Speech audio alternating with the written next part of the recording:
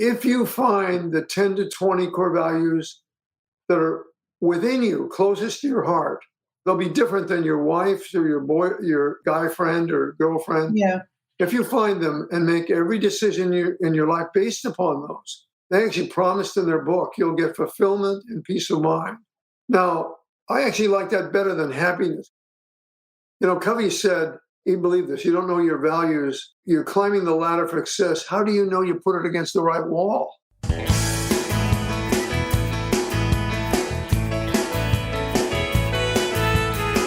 Hello, everyone. Welcome to the Onward Podcast. I'm your host, Emily Harmon. Just a little bit about me, if this is your first time listening. I retired from working for the Department of the Navy after 34 years in May of 2019, and I became a podcast host as well as a coach. And this episode and other Onward Podcast episodes are brought to you by my business, Emily Harmon Coaching and Consulting. And you can check out my website at emilyharmon.com to learn all about my offerings. Do you know the importance of discovering your internal core values? My guest, Roy Cook, discovered this power by learning from Stephen Covey and Hyrum Smith. They promised that if we find our 10 to 20 internal core values and live each day consistent with them, we'll find fulfillment and peace of mind. Consequently, Roy did so, and he retired 11 years later, financially independent. And he wrote a book about that experience called A Fool's Errand. Roy says our internal core values have probably been part of us since birth. And discovering and using our personal internal core values enables us to accomplish our goals. And knowing our values must come prior to the selection of goals. In other words, if we're climbing the ladder to success, how do we know we placed it against the right wall? As with all of my Onward Podcast episodes starting in January 2021, this episode was streamed live on LinkedIn, YouTube, and Facebook. And I usually go live on Wednesday nights at 7:30 p.m. Eastern. And it's really fun when we go live because we get a lot of comments from viewers and they can post their questions in the chat and or in the comments wherever they're watching, and I see them come up and I can make sure that I ask the guests those questions. So I appreciate everybody who's listening to the Onward Podcast now and who watched this episode live. Thank you very much. Let's get to the interview.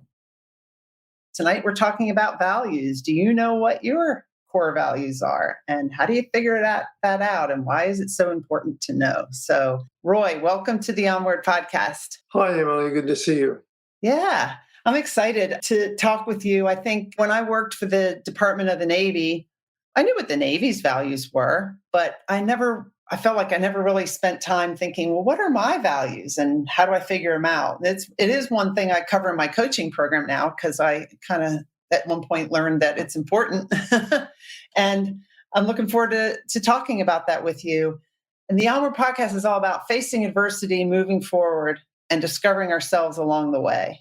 And your introduction to me said that at age 53, because of a health and career crisis, that you had to change your life. That's pretty tough to do at age 53. Yeah, it is. So I'm looking forward to hearing your story about that. Okay. Do you want me to give it to you now? Yeah. Okay. Let's go. Let me start a little bit before that. I grew up in Oregon, then I went to work with Procter & Gamble, was the apple of its day for about 7 years, then left there, moved to San Francisco. And I learned, as I look back upon writing this book, that I was very irresponsible my whole early life, up until that 53, meaning I borrowed money from women I dated, which is just embarrassing. I had my car repossessed. I was thrown out of places where I lived. I earned good money, but I always was irresponsible in spending it. So in San Francisco, I met my future wife. And although she's told me many times women shouldn't try to change men, she didn't. But I changed from her example. I mean, she would live on Russian Hill and take the bus to work or walk rather than instead of the bus, just to save a quarter. And so that taught me a lesson. And twice unethical things happened to me, and one caused me to have a health issue. And I'll bring those up quickly because that's what set me on the path that caused me to write the book and change my life. In 1975, the company that I'm working for tried to cheat me. I was in sales and added a big account that was going to require that they pay me every year a rather large payment. And they had never had that situation happen where something was sold that was going to repeat every year. And so they just said to me, we're not going to do that. We'll give you a one-time thing. So I quit on the spot and went to work for a New York-based company that does advertising and couponing. And I would run the West for them. And in 1993, one of their partners, who I had no reason to think he was unethical, called me up and said, we want you to take a deposition. We may need it in a court trial. And then he described it. I said, I wasn't involved in that. This would be a lie. This is unethical. He said, Roy, we have a lot of respect for you. We know you're an honest and ethical guy, but this is business. As though business is in a different environment than the rest of life. So that's when I started having health problems. I had panic attacks. 2 or 3 times a week, I'd go to sleep. Half an hour later, I'd wake up and go, I can't breathe. I lived in a high rise on Russian Hill, and I'd run to the windows and throw them open. You could see way out to the ocean even, and get that fresh air, and I'd go back to sleep. Bernice and I thought I was dying. And so after this kept happening, I went to every kind of doctor you can imagine. An all-night sleep lab, which is no fun, especially if you have to go to the bathroom and the guy that's supposed to be listening, waiting to help you is not there, and you've got 50 tubes hooked up to yourself, and he claims he never leaves his desk. So I also went to a heart specialist, regular doctors. I finally went to a psychiatrist for my first time, and he said, tell me what's happening in your life, and I described it, and then I mentioned this company and then this thing that happened. I made no connection. He said, stop. I know exactly what your problem is, Roy. You have a highly ethical nature, maybe even extreme, and they're not that way at all. So you guys are talking different languages. And I said, well, what do I do next? He says, well, you write me a check for $300. No, he didn't say that. He said, you can either become an entrepreneur or get a different job. You can hope that this blows over, but I don't think it will, because it looks to be fairly serious, and you've been back to them several times. I gave him the whole situation. So I had a friend who was an entrepreneur, and I said, why are you an entrepreneur? He said, Roy, I like to make my own mistakes. He was kind of a witty guy, and that was a kind of a quiet wit. And I knew what he meant, because twice in my life, somebody had made mistakes for me. Yeah. And in both cases, I had a very high-paying job. I'm living in San Francisco, and I didn't think there were many other opportunities around. And I had been looking for them. So I thought, I'm jumping off into an abyss. But I had, as I look back on my career, I realized I was kind of a specialist in one area, starting with Procter, having to do with consumer packaged goods sampling, getting samples of new products, like from Procter & Gamble, Frito-Lay, into households. I knew a lot about that. So I thought I could do something there. And then at the same time, I was studying Stephen Covey, The 7 Habits of Highly Effective People. That's this little guy that a lot of people know about. And That's really about, yeah. Who most people don't know the book, but I think Covey even worked for this guy. His name is Hyrum Smith, and he wrote a little closer to the mark. And what they said was this: everyone has core values. They all have 10 to 20 of them. They believe they came from birth.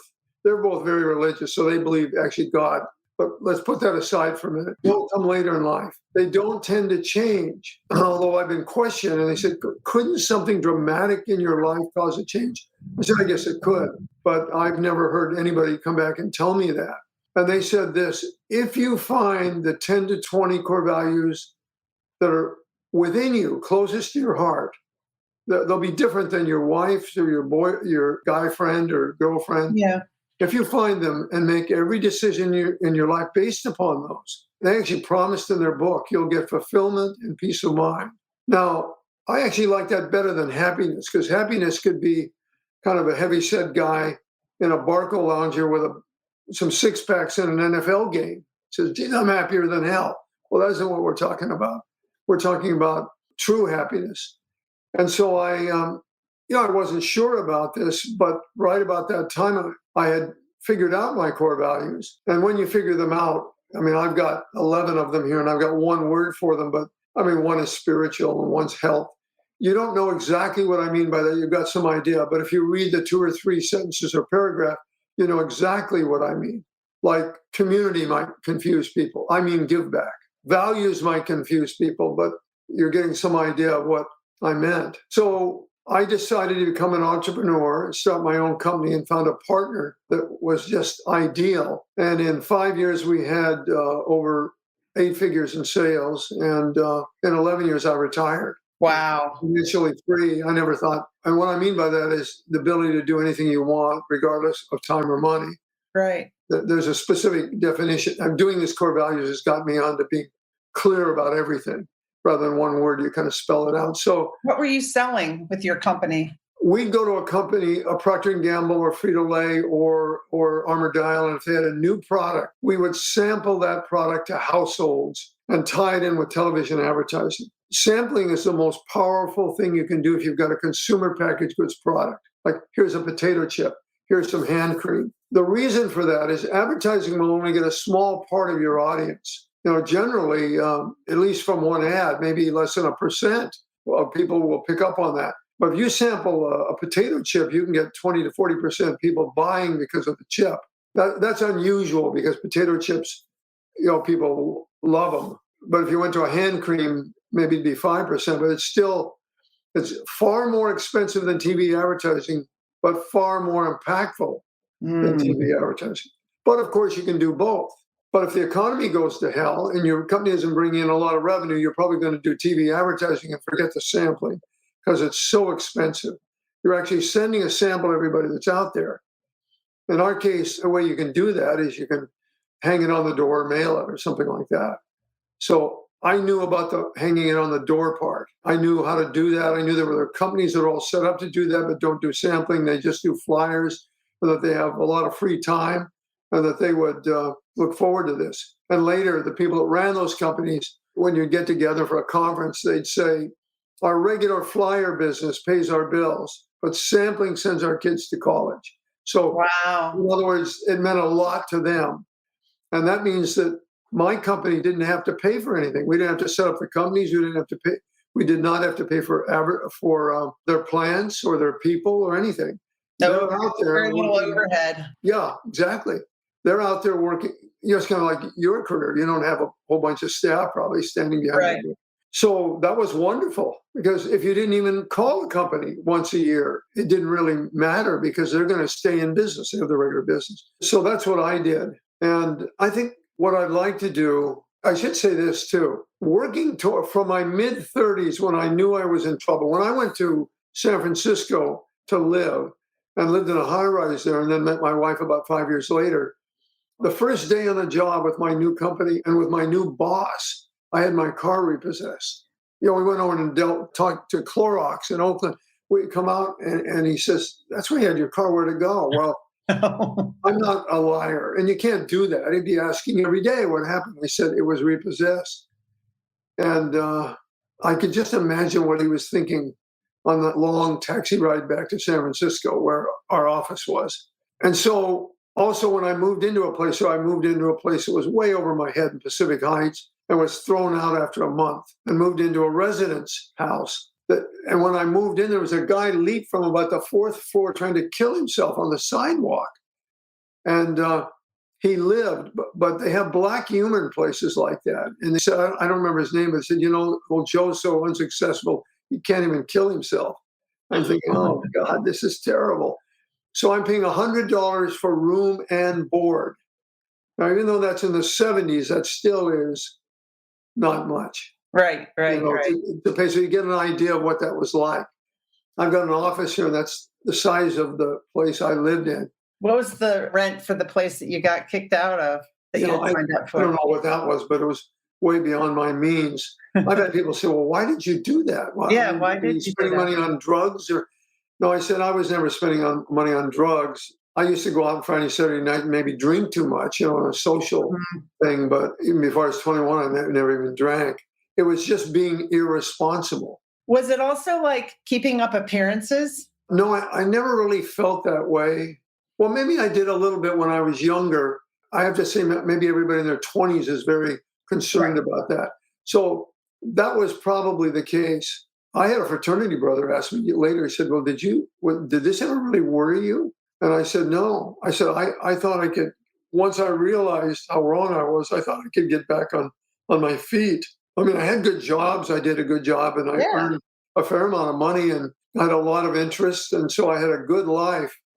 And his question threw me, but I understand why he said that, because maybe that would have upset him. But it did upset me a bit, but I never thought my life would be a failure. So maybe I was just stupid. I doubt that. Maybe I should have said that. So you said, though, that these values, that everyone has like 10 to 20 values, and you said that they're all already within us. Yes. So if that's the case, how come some people may not know what they are?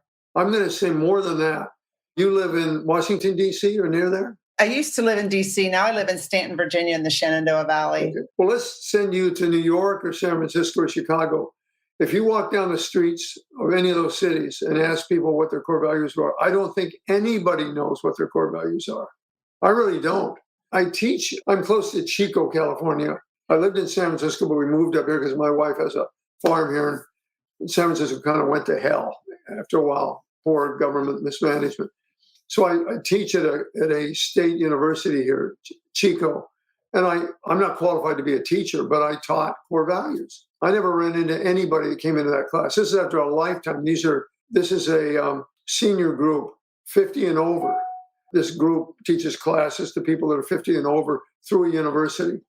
And I didn't get paid, but I came in and taught core values. I never ran into anybody that knew all their core values. Okay, well then here's the question. Most people are doing pretty well, so why is it so important to know your core values? Well, for this reason, I think you can succeed without doing that. But if I told you that you had 12 core values that are nearest to your heart and that you were born with them, don't you think you'd have a better life if you made all of your decisions consistent with those core values? Because these are things that mean the most. So I would say that somebody could have enough talent, like let's say you in your field or some other field, they could do okay, maybe even well. In fact, some people might be multimillionaires or billionaires, but many of them, it's almost a cliche, aren't really happy. I mean, they should be through the roof. They should be, but they're not, because they're not honoring their core values. Now, I will say one thing. I've taught this to men and women. Which group do you think is better at knowing their core values? Women. Yeah.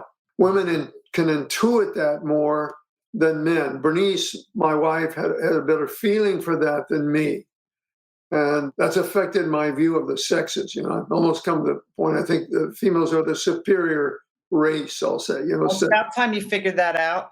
Yeah, it took me a while. But so I'm going to give you my 11 core values, but these are things that mean so much to you that everything you do could be based upon them. And of course, you can read their books or read my book. Neither one of their books tell you exactly how to do it. I tell you exactly how to do it in chapter 4. On medium.com, I actually serialized the whole book, except for chapter 4, because my publisher said, "Are you an idiot?" Yeah. Let's at least have them maybe buy the book to find out the means. So in there are about 400 values, and I think in there I have 200 and some listed. Then I tell you how to go through there and circle the ones that appeal to you right away, and then give little tests. I think I have about 15 tests. I call them the little helpers, and they will give you clues of like you go to listen. You're at your funeral and you listen to the eulogies. What would you want the eulogies to be? Almost without exception, what you want the eulogy to be is something that you highly value. Yeah. Like they'll say, she was loving. Everybody in the community loved her. Or you should see her painting. She was so creative. Now, I don't have a creative core value, but she did. Or the guy could fix anything. My God, he could fix your car. He could fix your guitar. He really enjoyed that. So there's one of them. Here are my core values, my 11, in order of importance. You know them off the top of your head? No, I don't know them exactly. I could try that, but I've had a hell of a time doing that, even though I live on the basis of that. I use Evernote, and I only have 11 file names that are my core values. That's forced me to be honest. I love that. I also use a task manager called Things, which is the best I've ever seen. I only have 11 folders, and something has to go outside. I've either skipped a core value Sorry about that. That's okay. I've actually either skipped one or I'm just wrong. But anyway, here they are: spiritual, family, health, integrity, values, meaning I live my life on the basis of values. Covey said, he believed this: you don't know your values, you're climbing the ladder for success. How do you know you put it against the right wall? Right. You get up there, you look over the edge and say, this isn't what I had in mind. So values, community, which is give back, freedom, which means, it means more than this, but let's just say that's kind of financial freedom, meaning you have the resources to do what is inside you that you love. Accomplishment, it's kind of a funny one, but I value accomplishments a lot in my life. Why is that a funny one? It isn't like family or health. You can't write down, like family and health, you can write down a bunch of goals. Accomplishment you can, but they're just accomplishments. Learning, I have a high value of learning. I read a lot, and I read kind of difficult books, histories and stuff like that. Maybe philosophy, maybe some how-tos. That's important too. Resoluteness, I'm very much that way. And renewal. I think everybody has renewal. What that means, that's a hard one, but if I read my definition, I'll just tell you what it means.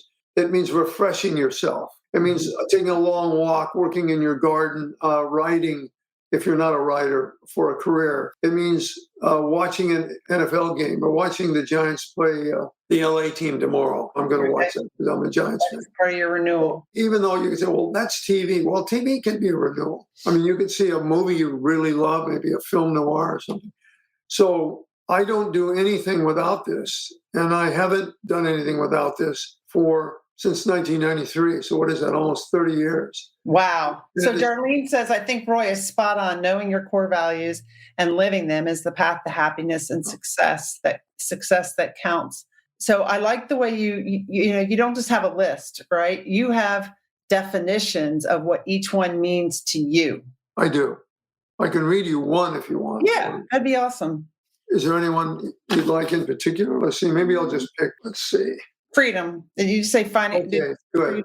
That's a good one because it's a little tough. And I worked in this for a long time. So in my book, I'm saying you find your core values, you resequence them until you've got them in the right order, and then you write a definition you want. Or if you're a woman who's maybe more creative than the guy, maybe you paint something or find little things that you can put up that remind you of the core value. I am financially independent. I have developed an income that will allow Bernice and I to live at an undiminished lifestyle until we die. I have sufficient savings to take care of most emergencies for my family. This income will allow all our normal activities, first-class travel around the world and cultural events in the premier seats and U.S. vacations. And that's a little personal to read that off like that. No, I appreciate you reading that. But that's what it meant to me. Right. Or another, this integrity, this is why I changed to the second job. I am honest, accountable, reliable. I conduct my affairs such that I am truthful. I can be depended upon. I'm a man of my word. I am worthy of trust. What I like about those is you're not saying I want to be, you're saying I am. Yeah. And so if I lied to you or somebody, you can call me on it. And I bet people tell me, well, everybody lies. And I'm saying, yeah, in your life. But if you write something like that, you stop lying. You don't have to lie. You really don't have to lie. There are ways in which you can give answers that are not lies if you don't want to hurt somebody's feelings or something like that. And how often do you read those definitions? I read them hundreds of times. Now I'll go back. If I've got something coming up, I may go to this list and look, does this fit in here? This looks borderline to me. But they're kind of broad. I mean, community means I'm doing give back. Mm-hmm. That's what I mean by it. And so if I'm doing something, it has to be give back. Right. And that caused me to put together a rather two large groups, but one of them where we work with kids in Mexico and in LA and the Oregon coast and education. And that's all we do is we work in those narrow areas because we can have an effect there. And that's give back. So it's fulfilling. So if someone comes up to you and says, hey, Roy, I really need your help on this board. And this is the description of it. We value you. We would like you to be on this board. Would you say yes right away, or would you think about it? Would you run it through your list of values? How do you make decisions like that? It's unlikely I'd say yes right away. I would say yes right away if it was like getting called by CBS. They want me to do a Zoom about my book. So I'm not going to say, let me think about that. Yeah. Okay. But I'd probably have to think about it. I was thinking about something else. I occasionally am asked to be a mentor. I have to think about that. I have to want to mentor the person, and I have to understand what they mean by that. Do they mean they're going to be calling me every day? Oh, we're not going to do that. But every week or two, for an hour or two? Sure. Does it matter whether they're a man or a woman? No. It does matter what their goals are and what they want to accomplish. And I'm not going to be able to change somebody. I mean, if they're unethical or I just get a feeling that they're not really serious, probably not going to work with them. I may go back and read this, but there's nothing to say that I didn't do part of this wrong. So I have to keep thinking about it. Now, after 30 years, I don't think so. And it did lead me to something I never thought, financial freedom. I mean, these guys, I met Hyrum Smith 3 weeks before he died, north of Las Vegas in Utah Hills, and told him how much of a difference this meant to my life.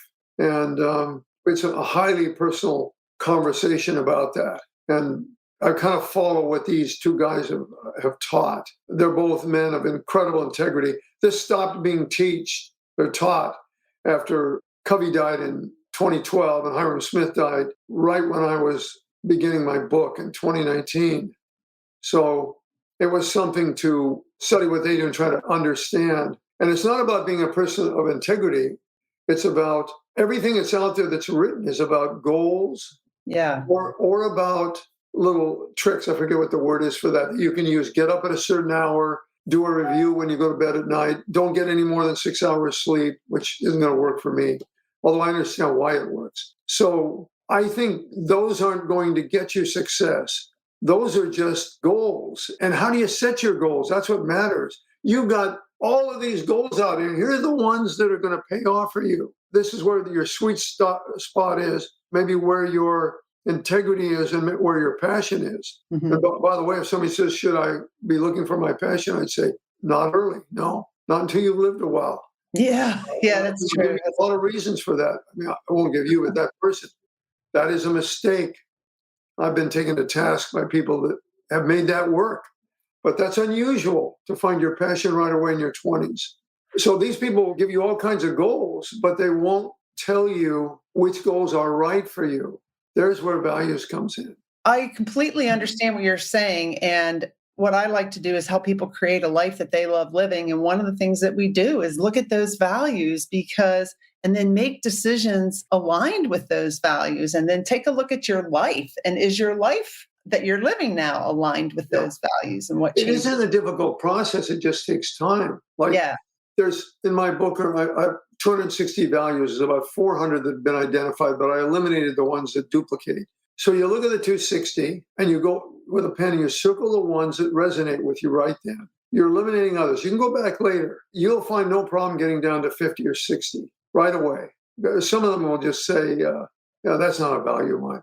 Mm-hmm. Like, let's say this isn't a value. I don't think fame, but if you said this, no, I don't want to have to worry about fame. So then use 15 of my little helpers that will cause you to look very closely at each value. You'll have no problem getting down to somewhere between 10 and 20. I already gave you one of my little helpers, right. The eulogies one. Yeah. But there's all kinds of others that are obvious when you look at them, that this one will work. There's about 3 of them that have worked for me, but there'll be 3 others that work for somebody else. Like a value, one could be if you're a swimmer. Ryan Holiday does this, but I don't know if you know him, but he's a guy, kind of a well-known guy in the self-help area. Or you're a walker, or you're a painter. You could do one of the things that you do, that is quiet yourself and so on. And then just think about what you really value in your life during that moment while you're taking a long walk in the forest or taking a swim or whatever. And probably the right things will come to you. And if you're using the other tools, like 3 or 4 more, there's no question on that. And then once you get to 10 to 15, you put them in the right order, write the definitions, keep working with that. Yeah. Writing a definition for a value isn't easy. So you'll look back and say, oh, no, I got this all wrong. That was screwy. So rewrite it. And so the whole process could take years. It's most likely to take months. Well, you're so right about a lot of the self-help books. They talk about getting enough sleep. And you had I think on Amazon, buy your book, it talks about meditation, journaling, and all those things are fine. But if you're not really aligned with your values, it's not going to be as helpful. And I think some of your values, because of the way you feel when you read that note, that word, right? It's not all coming from your head. Some of it's coming from your feeling, because we have more ways of making decisions. We have sensors in our bodies, kind of, right? Like our heart, our gut. I think most of it comes from their true values. I call them closest to your heart. And I'll just say what I've said. I've taught hundreds of people. I've never met anybody that knew their values. Now, I've met a number of women that probably knew half their value, and women will do better than guys. Women will even take classes about stuff like this. You go over there and you have courses on reading or values or anything, 80% women. I used to ask them, what the hell is going on with the men here? Aren't there anybody in the community who wants to learn, change themselves, improve, fill out their life? Well, I shouldn't be too tough with guys because I am a guy. Yeah, but why is that? I was a classic guy. I mean, I was worse than a normal guy because I was getting drunk on the weekends. I mean, I had some experiences that I'm not going to take the time, but they're in my book. Driving into a barn, a bus barn at 60 miles an hour in Cincinnati. You're not supposed to do that. All these buses are stopped. You're not supposed to be going in there at 60. Wow. Losing my company car in Indianapolis for a weekend.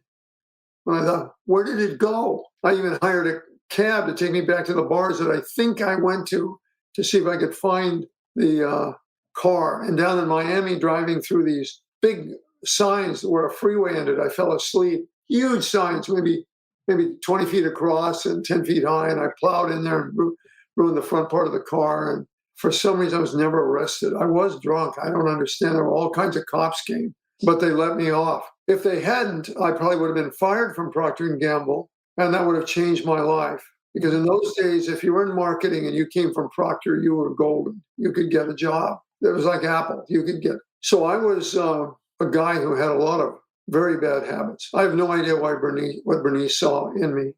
I mean, she wasn't. Well, let me ask you a question. So if we know our values, if we're born with them, and maybe not know them, but we're born with these. So somewhere in our brains or in our bodies, we know what they are. Yeah. Why do we do things like what you did that are outside of your values? Well, I need to bring my psychiatrist in and a bunch of other people to explain that, because there is no explanation. I'm completely different than that person now. I mean, if I'm what I claim I am in those values, that's not the person who goes out drinking at night. I mean, I could have killed somebody easily. Somebody could have stepped out from behind that bus, or falling asleep on the freeway is not something I'd recommend. Right. In a city that's a long way from home where you don't have any friends. So I don't think we're just not in tune with ourselves, and the media doesn't help us. There are all kinds of images that are presented that we like. I want to look like this. If you're a woman or a guy, I want my hair to look like this, I want my weight to be down, and I want to behave this way. And here's a star I like, and he's got these habits. He has no problem telling people off. I wish I could tell people off so comfortably. Yeah. So that has nothing to do with what's in here, Yeah. And if I spend an hour with somebody, we're going to get them on the right road to their core values. But so how do you do that? Now, how do you do that for a guy? I'm just being in general. You said guys don't want to do that. How do you get a guy to? Well, I'd ask him to read chapter 4 of my book. Go there, circle the ones, get them down from 260 core values to about 50. And then look at the 15 little helpers some of which you'll like.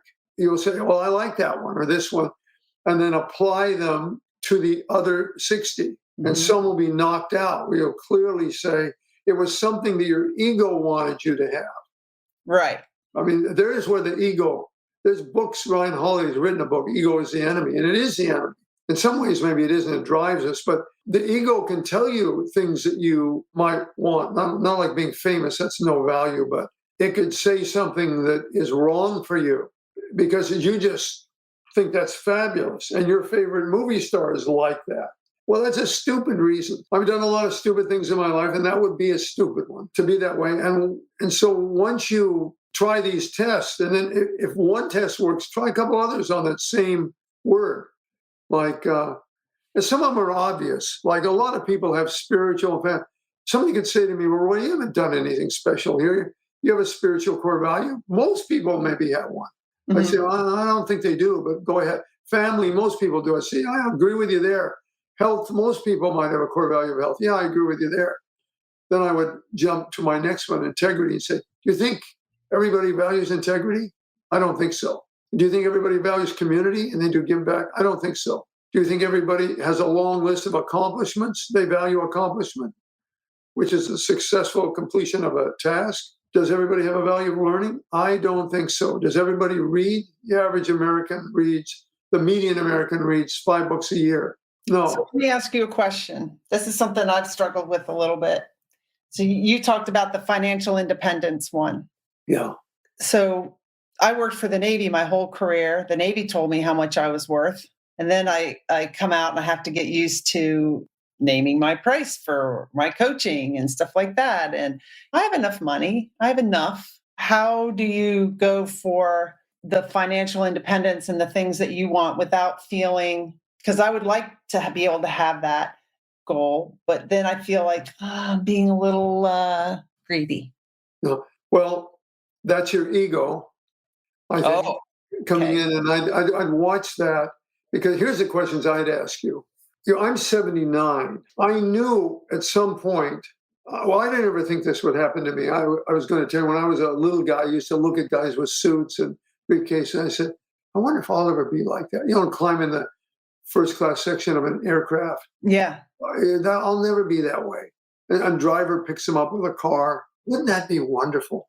Well, here's what I say to you, and what I say to other people who I read about, a lot of people who are happy just to get by. So here's my question. At 60, are you going to be happy that you've got to work?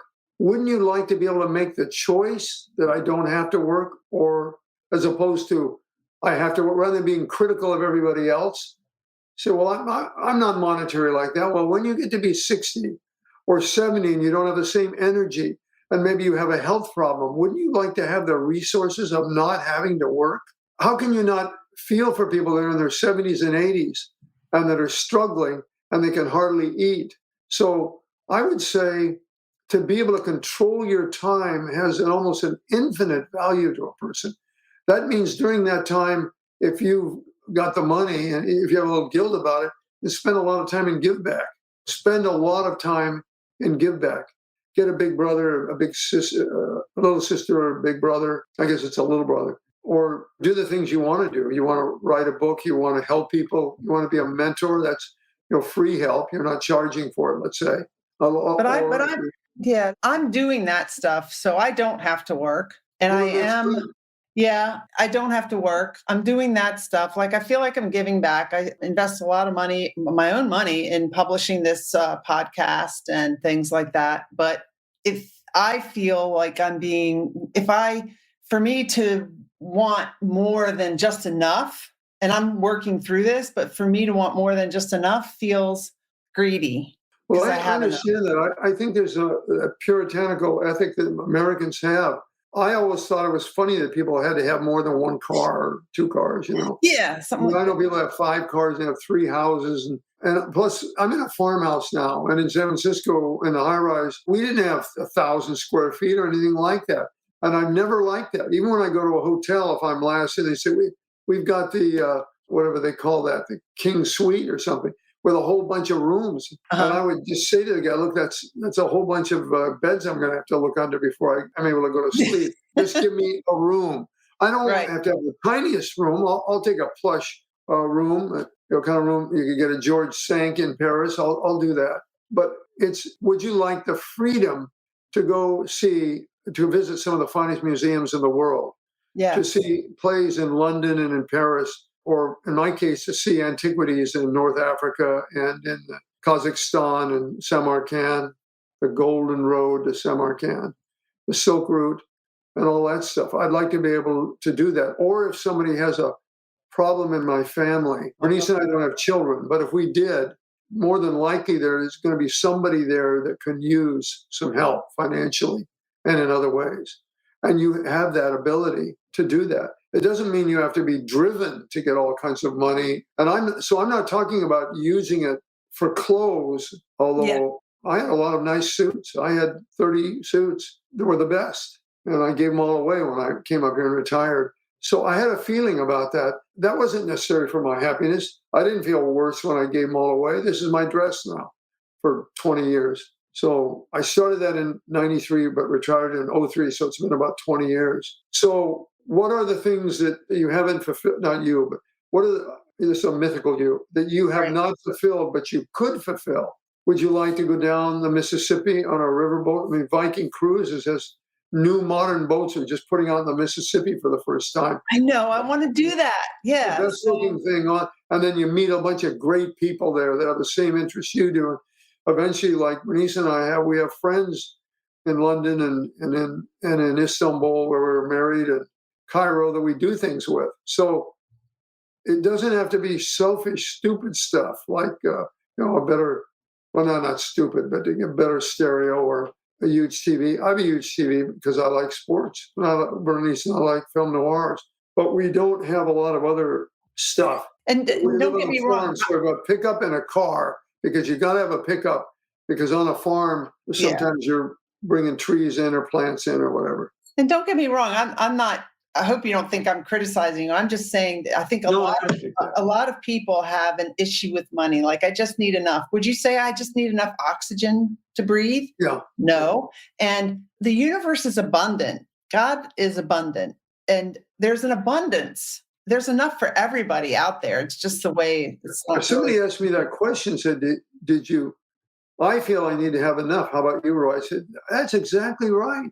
But I'd say, what's enough? Yeah. What's enough now versus 5 years from now, where you got grandkids and their parents don't have enough to send them to a decent school, but you could do that.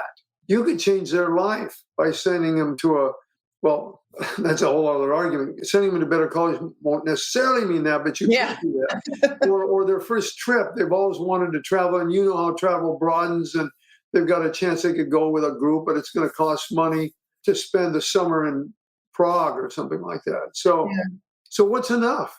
How big do you dream? So let's just say we're not talking about materialistic crap. Right. I mean, I have a bunch of books. What's enough books? Well, if you're a book lover and you love to look at them and you love the feel of them, you'd like to have the freedom to be able to buy books. I would hate to. If I met somebody who said, Roy, I can't afford to buy books, boy, that'd be touching. I would think if they loved them, I'd say, and that would make me sad. Yeah. I like what you said earlier about how your wife helped you change, but she did it by her example. Yeah. She didn't demand you change. She just lived in a certain way that you looked up to, I guess. Yeah, she did. And I don't think she purposely did that. She just wasn't going to try to. She doesn't believe women can change men, I guess. She doesn't believe they can. But she believes they can if they want to be changed. Would you help me? But I just saw the traits that she had that I didn't have. When I first met her, I felt she's going to learn a lot more from me than I'll ever learn from her because I've traveled more, and and I was into the arts and ballet and theater, and I still am, and dance and literature and stuff like that. Well, it hasn't been the case. I've learned a lot more from her than she's learned from me. She has a lot of other talents and abilities that I've just become aware of. Once you get the male ego out of the way, which can happen at a certain age, but for most men, it's probably terminal, probably doesn't happen. But once that's out of the way, then we both in a relationship can teach each other. Yeah. So I've never understood the desire to demand a place in a relationship. In the early women's movement, they had that. And I felt that was wrong. I understand why it was there. To look at it another way. They used to say when women earn as much as men, the men are going to be in trouble. And I got a kick out of that because I thought that was true. And that has come to be true. There are a lot of men that don't work or become Mr. Mom and so on. And they're challenged because women are more successful than they are. I mean, women start with some better traits to begin with, some intuition and feelings. In my company, after a while, I'd only hire women. I couldn't go into a state place and say, I want women. They wouldn't have helped me into an employment bureau. I think also some men choose to stay at home with their kids, and I think Yeah, society, that's fine. yeah, But some don't. Some have opted out. And I'm maybe an honorary woman because I like that.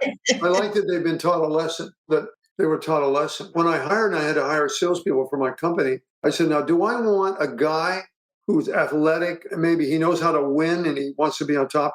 Or do I want a woman who's got the rational aspect like that, but also can read the situation and can get along with people better and has a feeling for what's happening? Well, I'm going to take, in the end, I took the woman every time. But I could never tell anybody that because they wouldn't. You couldn't even go into a hiring bureau and tell you that was against the law, I guess, if it was a state or U.S. department.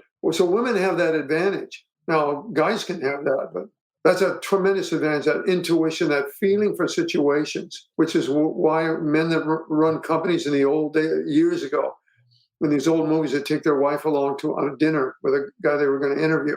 And then on the way home, they'd say, honey, what do you think? What do you think? He'd say, I don't think so. He's just not. Well, why? Why? I just don't think he's right. That's interesting. Or he's perfect for you. So did you discover your intuition? Yeah. How did you discover that? I don't know how that happened, but I think you just have to let it happen, get the ego out of the way. I watched enough women that worked for me do things in a meeting, have these abilities I didn't have, read a situation right. And I could ask them later, why did you do that? How'd you pick up on that? There were 30 people there.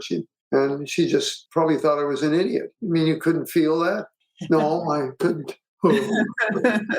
So, men and women can both have that, just like a woman can have the rational skills that the guy really prides himself in having, that he has those rational skills and the competitive nature. Well, the best woman I ever hired, when I was flying somewhere, whether I talked to her, and she said, I like to see, when I'm in a sales situation, I like to see blood on the water. And I said, wow. And here this gal was pretty and nice and had all these other talents. She looked very feminine, but then that blood on the water. What about a win-win in sales? Well, I think that probably was her nature. But she said blood on the water. Now, maybe she thought that I would like that, and I did like it. It just meant blood on the water. She's going to be competitive. If blood's on the water, she's going for the. And she was that way. And in my company, she could beat any of the guys hands down. What'd you end up doing with your company? Did you end up selling it or? No, I'm not happy to say this, but I made a couple of big mistakes. One is we only did one thing. Now, we did it better than anybody, I feel, but that's all we did. So I only had a feather in my quiver. That's a mistake because times change. Yeah. So around 2001, 2002, when the economy went to hell, companies that had a lot of things, they were doing advertising and couponing and other promotion, could fall back on that. We couldn't do that. And if I'm going to sell my company, they're going to want to see future contracts because that's the kind of company I have. I can't say, well, look at how they were in the past. This could come back. That That's not going to. Let's see your books. What's coming up? I couldn't do any of that, and that was my fault. I had a partner, and my job would have been to get more products and therefore it would be easier to sell. So when you make a mistake, quote unquote, mistake like that, how do you move on from it? In my case, it was easy because we both had built financial independence so we could quit. Okay. And so we had the easy way out. We weren't forced to jump off the high board. But I would have had to say, hopefully I would have been smart enough to say, okay, the people I'm competing with are much bigger. Our company was, let's say, 13 million, but they were 1 billion. So they had all this stuff they could sell. Right. You want the green, you want the red, you want the polka dot. I only had the polka dot. He said, well, polka dot's out of fashion. Well, please. So I would have had to write a different book. I would have had to learn some other lessons. I would have had to get back and start again. And if I kept the company going because of the costs, you're starting to hemorrhage money. Who knows how long that could have gone on. And I could have a perfectly fine retirement life and do all the other things I want. And I'm not driven to be a success in business. I have a lot of interests that have to do with travel and study and reading and mentoring and teaching and stuff like that. So my life, when I became an entrepreneur, was 100 times better than when I had a job. Yeah. My life since I'm retired is 100 times better than an entrepreneur. Wow. I don't have to motivate. I don't work with people I don't like. Some people I didn't like, not in my company. And there were laws, there were governments. And if I ever got sued in the state of California, I was going to be the one by, let's say somebody worked for me. The state of California is pro-worker. They would have taken me to cleaners if that would have happened. Doesn't matter who's at fault. It was irrelevant. Why'd you name your book A Fool's Errand? Pardon? Yeah. Why'd you name your book A Fool's Errand? Fool's Errand. Well, I actually didn't. My title for the book would have been, Do You Know Who You Are? And then right out as a start, I'm going to say, you don't. I've never met anybody who knows who they are. Here's what I mean by that. Do you know all your core values? You have 10 to 15 of them. Write them down right now. Prove me wrong. So my publisher suggested A Fool's Errand. I'll be darned, they added it to the title, something I never remember. Why your goals are falling short and what you can do about it. Yeah. And I hired the publisher to tell me things that I didn't know. And so there I just kind of said, they must know more than I do. I mean, it wasn't, I just felt, because there weren't any books titled, Do You Know Who You Are? And I thought that would be a good one. Yeah. But you're not the only one that I've interviewed that has had the publisher change the title. But yeah, there's others. Well, I could have pushed back and they said that. You can keep that title. But okay. But everything else they did was so right. They made hundreds, if not thousands, of changes in the book and the text and everything. And I saw how much sense it made. I mean, to this day, I'm not sure about the title because I really like Do You Know Who You Are? Well, it sounds like you have to write another book. Maybe say that. See, when you go out in Washington, D.C., or go out in San Francisco and say that. I'm interviewing. Do you know who you are? And that's right. What do you mean by that? I said, well, that's a problem you're saying that, but I'm going to say, well, how would you describe yourself to others? And they're going to say, here's what they're going to say every time. I work here. There's my company. I'm married. I have 2 kids. I live out in this. I play golf. I take trips. I do that. And I would say, stop. That isn't who you are. None of that is. That's what you do. Maybe I'll give you more help. I'm talking about the values that are within you that define who you are. They're going to be speechless from then on, unless they've done some work in this field. I really appreciate interviewing you, Roy, and I completely agree with you about the importance of knowing our values, because knowing them, we can then make better decisions. We can accomplish goals. We can put like you said in your book or earlier in this interview, we can put the ladder, our goals up against the right wall. Yeah, and put it there earlier. Rather than after you've climbed up 3/4 of the way and say, my God, there's a jump off there. I mean, I don't want to go there. Yeah. There's a diving board up there. Well, thank you for being on the show. For everybody watching and everybody listening later, please check out Roy's book, A Fool's Errand, and thank you. Do the exercises in the book. If people wanted to reach out to you after they read your book and tell you how coming up with their values helped them, how do they do that? Maybe through LinkedIn or? Yeah. All right. Message you on LinkedIn. If you do it through LinkedIn, would be good. I published a lot of stuff on Medium, medium.com. In fact, my whole book is published on there. Except for chapter 4. And I do a lot on there. Even though I'm not working, so I'm not an active, let's say, professional writer or anything like that. Right. I'm not going to publish another book. Okay. It took me 3 years, although it was extraordinarily rewarding. But yeah, I know it's a lot of work. You really learn about yourself when you do that. Yeah. I mean, I didn't know I was a jerk through my 30s. I mean, just a complete, total, well, in the book, I just say a loser. I mean, up until I was, late 30s, I was a loser. I mean, what would you call borrowing money from women and driving and ruining freeway signs and driving into bus barns? And so you started, when you wrote your book, it was kind of like a reflection on your life. And you started seeing, instead of separate incidents, you saw this all together and you're like, oh my gosh. Well, I actually had to go to Bernice and say, how did we ever get together? I mean, I'm 32. And for 7 years, I was still this loser. I mean, what did you see in me? I don't remember what her answer was. I don't think it was a very good one. She just, who knows? She listened to her intuition and she knew that there was something good in you and that it was going to come out.